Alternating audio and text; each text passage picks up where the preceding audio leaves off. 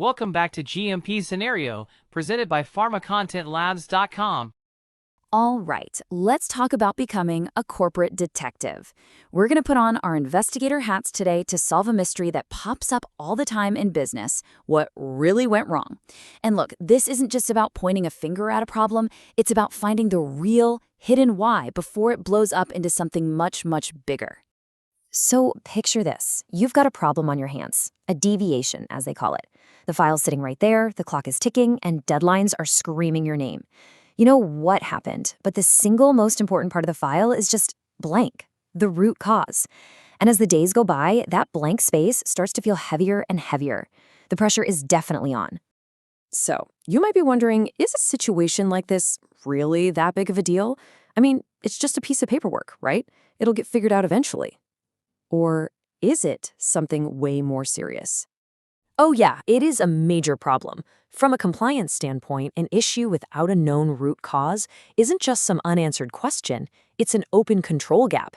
Think of it like a hole in your fence. It's a weak spot, a vulnerability just sitting there, waiting for the exact same problem to happen all over again. And that's exactly why playing detective here is so crucial. See, when you don't find the real culprit, you're not just leaving one case unsolved, you're actually kicking off a chain reaction, a whole domino effect of guessing that can cause some serious headaches down the road. This whole domino effect usually starts with something called a CAPA. That stands for Corrective and Preventative Action. You can just think of it as the official plan, the strategy to fix what's broken and make sure it stays fixed for good. But here's the kicker. Any good plan has to be built on facts, not just wishful thinking. And that's how you end up in this downward spiral. It all starts when you don't have a proven root cause. That means your CAPA, your big plan, is really just a guess. You're just throwing a solution at a problem you don't truly understand. And what happens next? Well, the same issue pops up again and then again.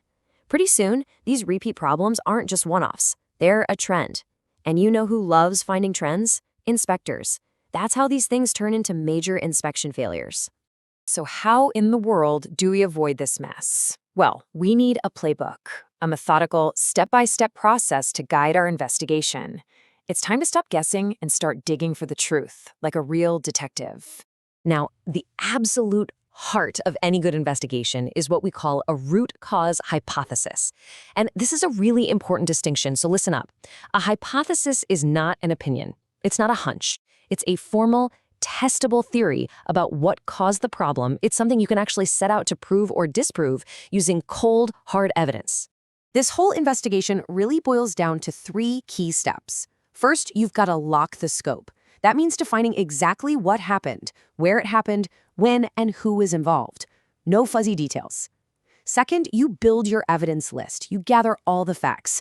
And finally, step 3, you take your hypotheses and you test them against that evidence.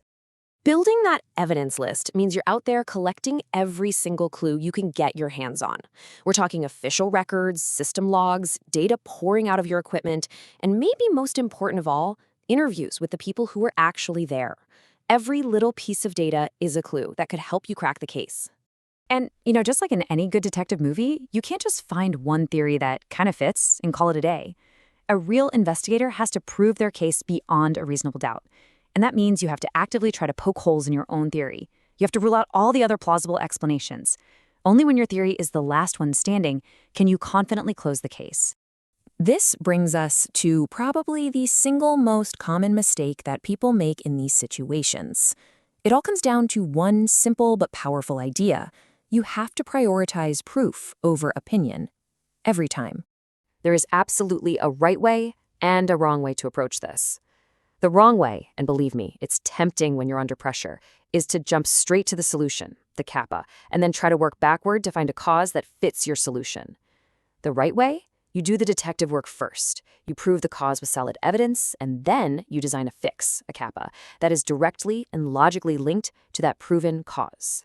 And once you've solved it, you've got to write it all down in your case file. Now, this isn't just about bureaucracy or filling out forms. This is your final report. It's you showing your work. It has to have a super clear problem statement, a map of all your evidence, a timeline, your logical reason for why you chose your root cause, and finally, exactly how your CAPA is tied to it. This documentation, this is your proof. So, after all that, what's the final verdict? What's the one core principle that ties this whole investigative process together and stops that whole downward spiral of failure we were just talking about? It's this: proof wins, opinions lose. It's that simple.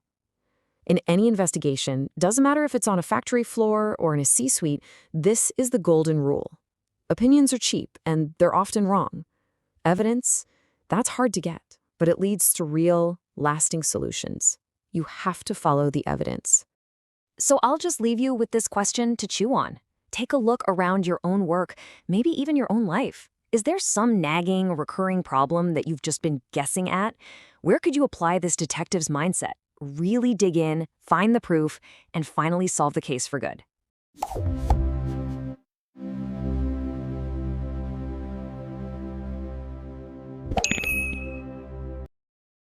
Thank you for watching. If this helped, like and subscribe. More GMP scenarios coming.